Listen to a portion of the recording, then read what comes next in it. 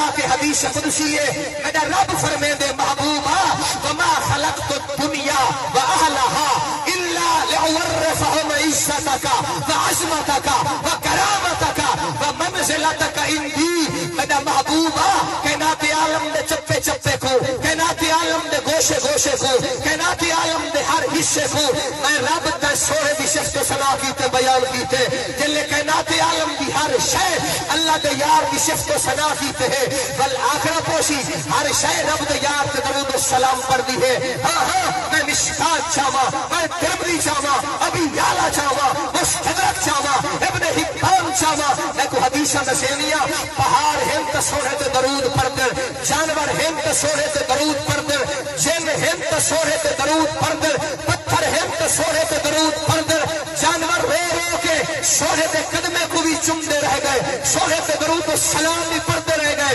میں عرض کی تے کعبہ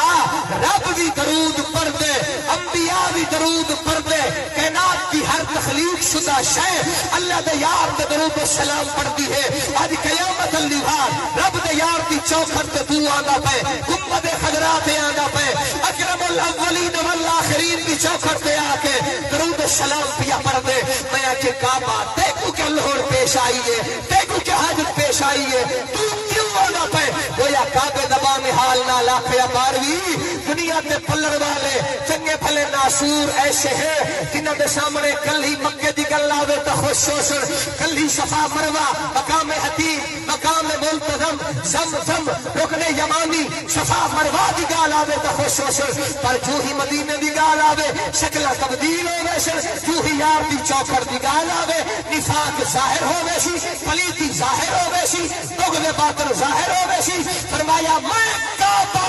ایسے بیمانہ دا منہ بند کرن دی خاطر بے نفس نفیس رب دے یار دی چوکھٹ تے آ کے بریلویاں دے غیرت مند امام احمد رضا دے لب لہجے جواب دے کے آدھا کھڑا لوگوں ثابت ہوا کہ جملہ فرائض فروع ہے، اصل الاصول بندگی اس تاجور کی ہے، ان کے طفیل رب نے حج بھی کرا دیے ہے، اصل مراد حاضری اس پاک در کی ہے، اور کعبہ ساری کائنات کے حاجی رکھو لوگوں کو اپنے پاس سد سد کے حکا مار کے آدھا کھڑے حاجیو آؤ، حاجیو آؤ، حاجیو آؤ، شہنشاہ کا روضہ دیکھو، کعبہ تو